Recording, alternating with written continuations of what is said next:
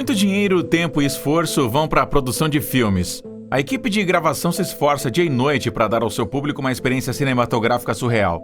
Enquanto a maioria dos filmes e a maioria das suas partes são planejadas antes das filmagens, algumas cenas não são totalmente roteirizadas. Às vezes, as cenas de filmes são feitas de forma aleatória, espontânea e na realidade para obter a máxima autenticidade e manter tudo natural. Às vezes, os atores improvisam cenas de forma brilhante, desde filmar cenas intensas e íntimas no cenário, na realidade, até manter os detalhes do roteiro dos atores para registrar as suas reações genuínas e orgânicas. O cinema está repleto de inúmeros casos em que as cenas foram inteiramente não roteirizadas. Então, hoje, nós vamos contar a você sobre 20 cenas de filmes que foram completamente reais. Django Livre.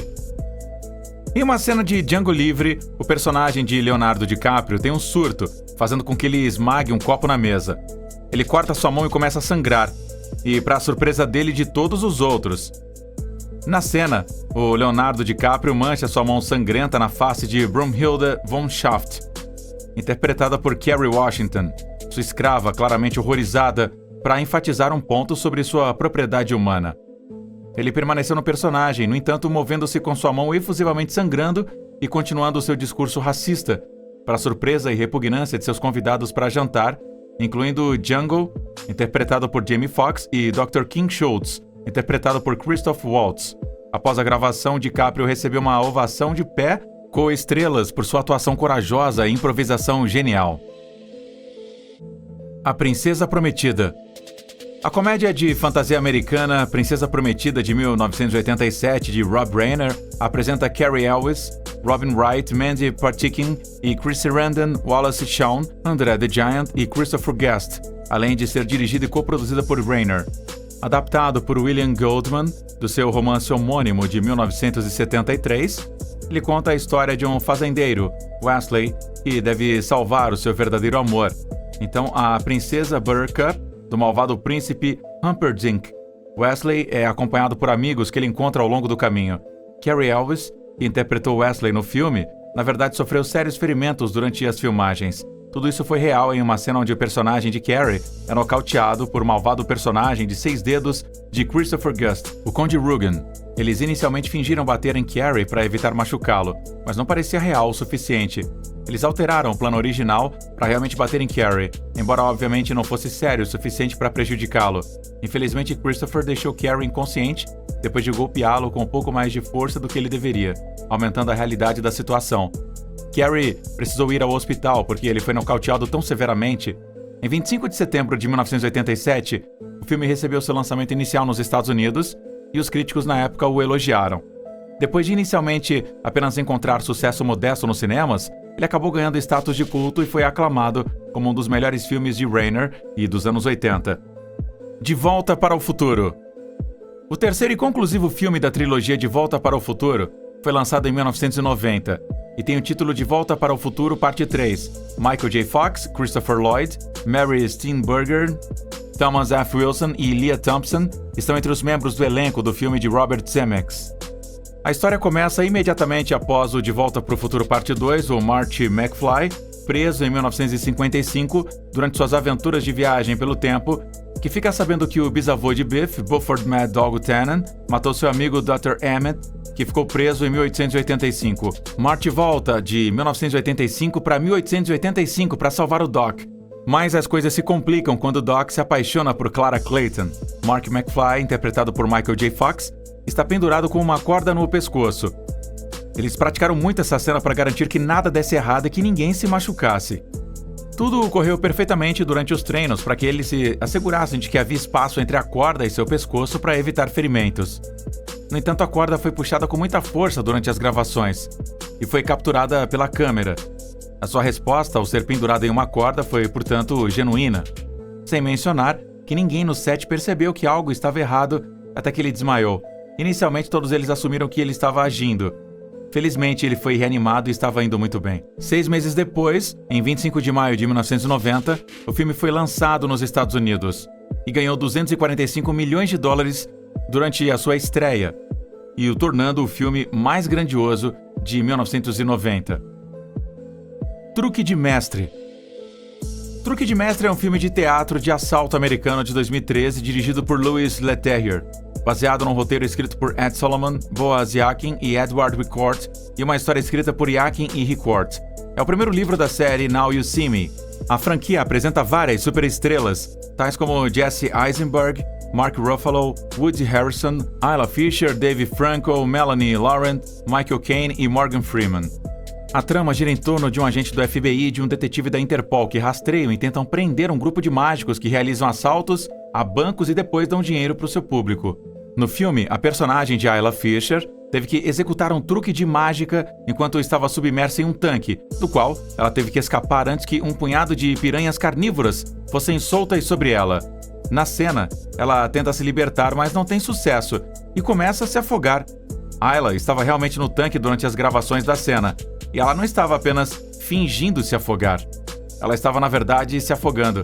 Ela não podia sair rapidamente porque a sua corrente de liberação estava presa no seu traje. Ela estava em pânico, mas todos achavam que ela estava apenas agindo muito bem. Antes de ser resgatada, Isla Fisher lutou para escapar do tanque por quase 3 minutos. Summit Entertainment lançou o filme nos Estados Unidos em 31 de maio de 2013, após a sua estreia em Nova York, em 21 de maio de 2013. O filme recebeu críticas mistas, com o final recebendo críticas particulares, mas foi um sucesso de bilheteria, com um orçamento de 351,7 milhões de dólares em todo o mundo, contra um orçamento de 75 milhões de dólares. O filme recebeu indicações para o Empire Award for Best Thriller, o Saturn Award for Best Thriller Film e o People's Choice Award for Favorite Thriller Movie. Bastardos Inglórios. O filme de guerra Bastardos Inglórios de Quentin Tarantino, de 2009, estrelou Brad Pitt, Christopher Waltz, Michael Fassbender, Eli Roth, Diane Kruger, Daniel Bru, Till Schweiger e Melanie Laurent. O filme apresenta uma história alternativa de 2 enredos para assassinar a liderança da Alemanha nazista. Um planejado por Shosanna Dreyfus, uma jovem proprietária de cinema judeu-francês, e outro pelos britânicos. Entretanto, é realizado exclusivamente por uma equipe de soldados judeus americanos, liderada pelo primeiro-tenente Aldo Raine. Em uma cena do filme Bastardos Inglórios, a personagem de Diane Kruger foi estrangulada. Naturalmente, eles não a teriam realmente sufocado, mas o diretor Quentin Tarantino fez uma escolha diferente. Ele explicou a Diane que iria sufocá-la porque queria que a cena parecesse incrivelmente autêntica e que a asfixia parecesse real. Por causa disso, Diane foi realmente sufocada por Quentin quando eles foram gravar a cena, e sua resposta no filme é muito confiável. Bastardos Inglórios ganhou mais de 321,5 milhões de dólares nos cinemas do mundo todo, fazendo dele o filme mais grandioso de Tarantino até o Django Livre, em 2012, e Once Upon a Time em Hollywood, em 2019. Era uma vez, o superou nas bilheterias. O filme geralmente recebeu críticas positivas, com alguns aplaudindo a performance de Waltz como Hans Landa, mas alguns criticaram as liberdades históricas tomadas. Ele também recebeu inúmeros prêmios e indicações, incluindo 8 indicações ao Oscar de melhor filme, melhor diretor e melhor roteiro original. Waltz ganhou o Oscar de melhor ator no Festival de Cannes por seu papel como Landa e o BAFTA Screen Actors Guild, escolha da crítica, Globo de Ouro e prêmio de Oscar de melhor ator coadjuvante. Clube da Luta. Mesmo que o Clube da Luta seja principalmente sobre bater em alguém o mais forte que você puder, os atores definitivamente não estavam ansiosos para ficar aí cheios de machucados. Tanto Edward Norton quanto o Brad Pitt treinaram em luta corporal, boxe e taekwondo e estudaram lutas mistas de artes marciais a fim de estarem fisicamente preparados para a violência do filme. A cena que o Edward Norton dá um soco no ouvido de Brad Pitt não estava no roteiro original. No último segundo, o diretor David Fincher o instruiu a dar um soco no ouvido de Pitt ao invés de no ombro, como planejado anteriormente. Portanto, a reação de Brad Pitt foi sincera em todos os sentidos. O Senhor dos Anéis. O Senhor dos Anéis, As Duas Torres, é um filme épico de fantasia de 2002, dirigido por Peter Jackson, a partir de um roteiro de Fran Walsh, Philippa Boyens, Stephen Sinclair e Jackson, baseado no romance do Senhor dos Anéis J.R.R. Tolkien, de 1954. O filme é a segunda parte da trilogia O Senhor dos Anéis, depois da trilogia O Senhor dos Anéis de 2001, A Irmandade dos Anéis. Elijah Wood, Ian McKellen, Liv Tyler, Viggo Mortensen, Sean Astin, Cate Blanchett, John Rhys-Davies, Bernard Hill, Christopher Lee, Billy Boyd, Dominic Monaghan, Orlando Bloom, Hugo Weaving, Miranda Otto, David Wenham, Brad Dourif, Carl Urban e Andy Serkis estão entre os membros do elenco. Viggo Mortensen desempenhou o papel de Aragorn em Senhor dos Anéis As Duas Torres. Em uma das cenas, o personagem de Viggo descobre os cadáveres de seu amigo Hobbit. Ele desmaia e cai de joelhos em completa agonia. Ele não estava atuando de forma alguma nessa cena. Ele realmente quebrou 2 dos dedos dos pés quando chutou o capacete aí no chão. Quando ele chutou, ele caiu de joelhos, gritando de dor. Sem saber, a gente assume que ele estava apenas de luto. Entretanto, seus dedos quebrados eram a verdadeira causa de seus gritos cheios de dor. Tanto os críticos quanto o público apreciaram o filme, o chamando de um marco no cinema e de uma realização no gênero de filme de fantasia. Ele foi elogiado por sua direção, sequência de ação, performances, partitura musical e imagens geradas por computador, particularmente para o personagem Gollum. Ganhou mais de 936 milhões de dólares em todo o mundo, tornando o filme mais grandioso de 2002 e o terceiro filme mais grandioso de todos os tempos na época de seu lançamento, atrás apenas do Titanic, do Harry Potter e da Pedra Filosofal. Após reedições subsequentes, o filme já faturou mais de 947 milhões de dólares até 2021. Tubarão. Baseado no romance de Peter Benchley, de 1974, o thriller americano Tubarão, de Steven Spielberg, foi lançado nos cinemas em 1975. Ele apresenta Roy Scheider como chefe de polícia que caça um grande tubarão branco, comedor de humanos, que se alimenta de banhistas em uma cidade resort de verão. Ele é assistido por um biólogo marinho, interpretado por Richard Dreyfuss, e um caçador de tubarão certificado, retratado como Robert Shaw. Murray Hamilton retrata o prefeito, e Lorraine Gary interpreta a esposa de Brody. Chrissy Watkins foi a primeira vítima do ataque e foi retratada por Susan Becklin. Uma das primeiras cenas aterrorizantes do filme envolveu o tubarão puxando Susan subitamente para debaixo d'água. Susan foi mantida no escuro durante as gravações para aumentar ainda mais a autenticidade do seu total terror. Como ela não tinha ideia de quando eles a puxariam para baixo, Susan estava realmente assustada e não estava atuando de forma alguma naquela cena. Tubarão foi o primeiro grande filme cinematográfico gravado no oceano. Foi gravado principalmente no local em Martha's Vineyard, em Massachusetts.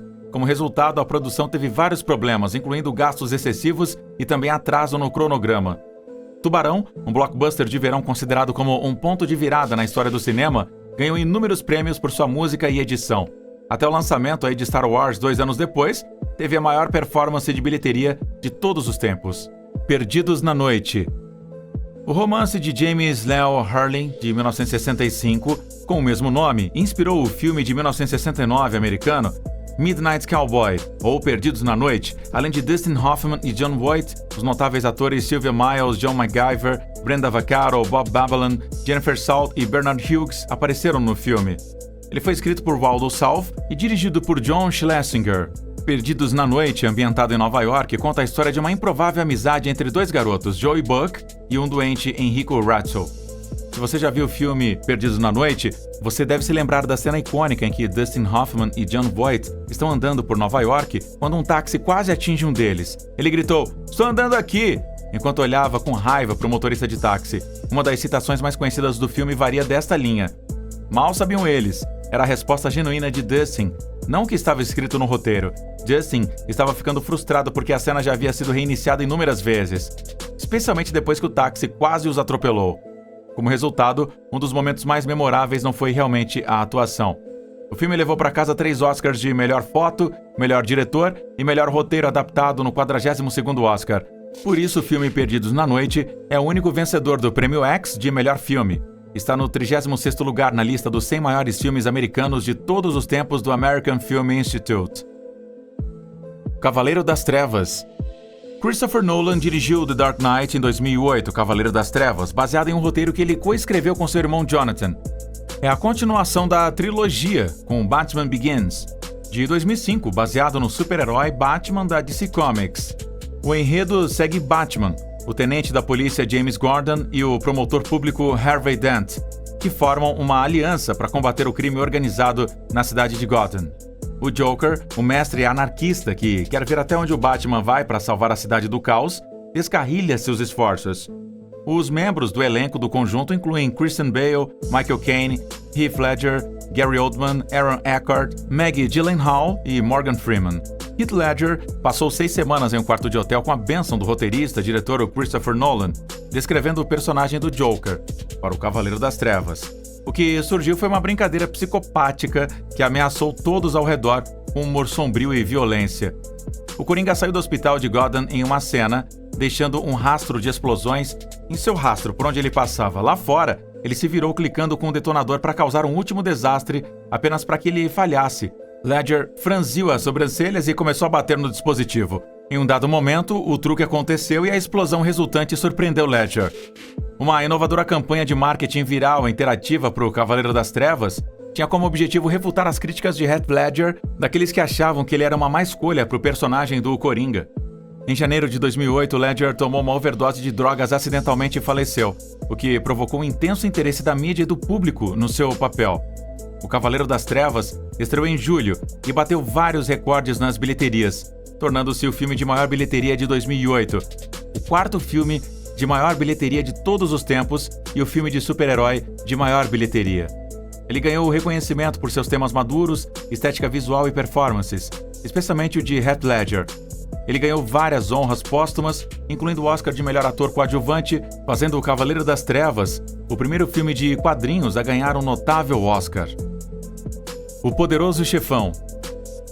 A guerra pelo elenco da família Corleone foi mais volátil do que a guerra que a família Corleone travou na tela, brincou o chefe da Paramount, Robert Evans. O estúdio exigia que Marlon Brando trabalhasse de graça por causa da sua má reputação. A cena de abertura do Poderoso Chefão, no qual Brando estava acariciando um gato e falando sobre amizade, solidificou ele para o papel.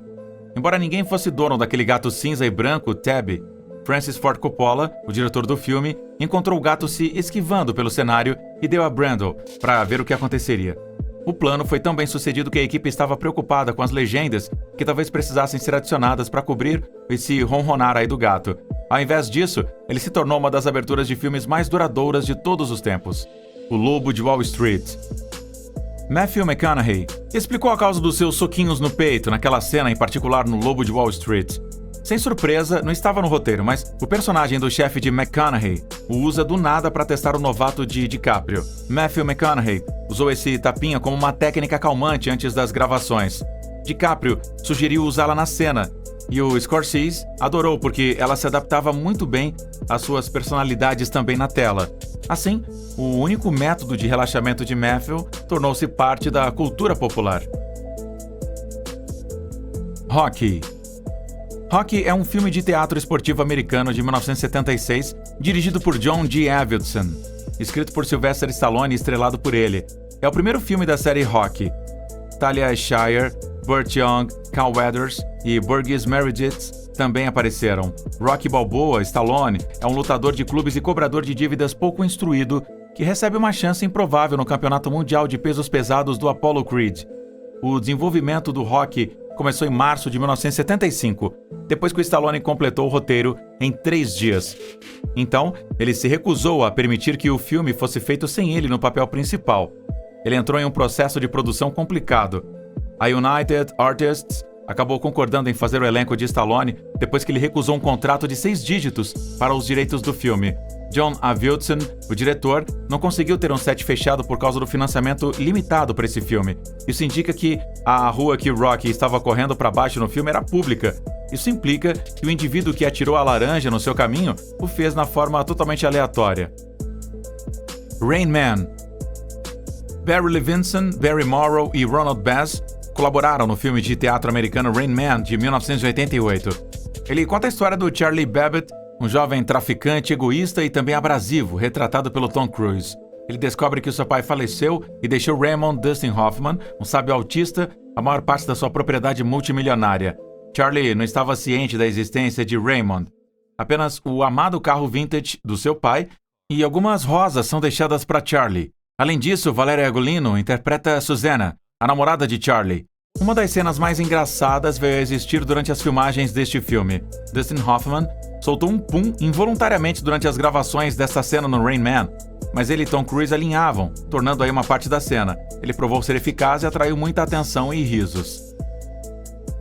Os suspeitos. 5 criminosos notórios são levados a uma delegacia de polícia em Nova York para investigação depois que um caminhão é sequestrado. Cada pessoa é convidada a recitar a mesma fila enquanto está na fila, mas eles começam a rir incontrolavelmente e desabam. A cena foi gravada depois do almoço. O diretor Bryan Singer queria que os atores, incluindo Gabriel Byrne Del Toro, aderissem ao roteiro. Ao invés disso, Del Toro começou a peidar, o que fez todos rirem. Embora as piadas sejam espontâneas, eles destacam como a situação é absurda. Prender os criminosos cria o efeito dominó que resulta na violência, que dá o pontapé inicial do filme e leva ao clímax chocante que conclui o filme. Vingadores: Guerra Infinita. No filme Vingadores: Guerra Infinita, os Vingadores e os Guardiões da Galáxia tentam impedir que Thanos obtenha as 6 Pedras do Infinito para evitar a extinção da metade de toda a vida na Terra. Thor e então o Capitão América se envolvem em uma brincadeira amigável durante a cena de luta em Wakanda, que foi inteiramente improvisada. Chris Hemsworth, interpretando o Thor, comenta: "Eu percebi que você copiou a minha barba", enquanto ele olha para o Capitão América, interpretado pelo Chris Evans. Uma Linda Mulher. Uma Linda Mulher é um filme de comédia romântica americano de 1990, dirigido por Gary Marshall e baseado no roteiro de G.F. Lawton. Julia Roberts e Richard Gere protagonizam o filme com Hector Elizondo, Ralph Bellamy, Laura San Giacomo e Jason Alexander em papéis de apoio. O filme gira em torno da prostituta de Hollywood, Vivian Ward, e do afluente empresário Edward Lewis. Vivian é contratada como acompanhante de Edward para algumas funções comerciais e sociais, e seu relacionamento floresce ao longo de sua estadia de uma semana com ele. Muitas das piadas e cenas em Uma Linda Mulher foram surgindo naturalmente, e como a cena onde o personagem de Richard Gere, o magnata corporativo Edward Lewis, oferece à personagem de Julia Roberts, a prostituta Vivian Ward, um ornamento cintilante para usar na ópera. Gere fechou a caixa de joias quando ela chegou lá dentro. Inesperadamente, Roberts desatou a rir. A jovem Roberts tinha saído da tarde na noite anterior, então Gary Marshall alegou que ela estava um pouco lenta no set. Ele brincou aconselhando Gere a se meter com a atriz, mas ninguém previu uma resposta tão agradável à brincadeira. Marshall tornou aí uma sábia decisão de incluí-la nessa brincadeira. O Virgem de 40 Anos. O Virgem de 40 Anos é um filme comédia romântica de 2005 dirigido por Judd Apatow e produzido por Clayton Townsend e Shauna Robertson. Ele estrela Steve Carell como Andy, um virgem de 40 anos que trabalha em uma loja de eletrônicos. Os colegas Paul Rudd, Romany Malco e Seth Rogen decidem ajudar Andy a perder a sua virgindade, e Catherine Keener interpreta o interesse amoroso de Andy, Trish. Apatow se inspirou para lançar o Carell no papel principal do Virgem de 40 anos depois de ver a performance em O Âncora, a lenda de Ron Burgundy. Foi inspirado por um esboço então que Carell criou, no qual um homem na casa dos 40 anos esconde um segredo. Você provavelmente se lembra da cena hilária em que Steve Carell insera aí o seu peito. Você já viu aí o Virgem de 40 anos. Ele realmente teve o peito depilado para a cena, e a sua dor era muito real. Então podemos assegurar que aqueles puros gritos de agonia não foram encenados. Steve concordou em ter o seu peito depilado enquanto estava sendo filmado, porque ele queria ter uma reação autêntica para fazer com que parecesse ainda mais realista. Ele, sem dúvida, teve sucesso porque nos mandou para um ataque histérico de riso. Em 19 de agosto de 2005, a Universal Pictures lançou o filme nos cinemas dos Estados Unidos. Recebeu críticas positivas, com Carell sendo elogiado pela sua performance, e arrecadou mais de 177 milhões de dólares em todo o mundo, com um orçamento de 26 milhões de dólares. Ele recebeu indicações ao Golden Schmoes e ao MTV Movie TV Awards por esse papel. E ao mesmo tempo, Keener recebeu indicações da Sociedade de Críticos de Cinema de Boston e da Associação de Críticos de Cinema de Los Angeles. O American Film Institute o nomeou também O Virgem de 40 Anos um dos 10 melhores filmes de 2005. Ligeiramente Grávidos. Ligeiramente Grávidos é um filme de comédia romântica americano de 2007, dirigido por Judd Apatow, escrito e coproduzido por Seth Rogen, Katherine Heigl, Paul Rudd e Leslie Mann. Ele narra as consequências de uma noite de bebedeiras entre um preguiçoso e uma personalidade recentemente promovida pela mídia, o que resulta em uma gravidez não intencional. Ligeiramente Grávidos, uma comédia do início dos anos 2000, começa com uma cena em que os caras estão andando em uma montanha-russa.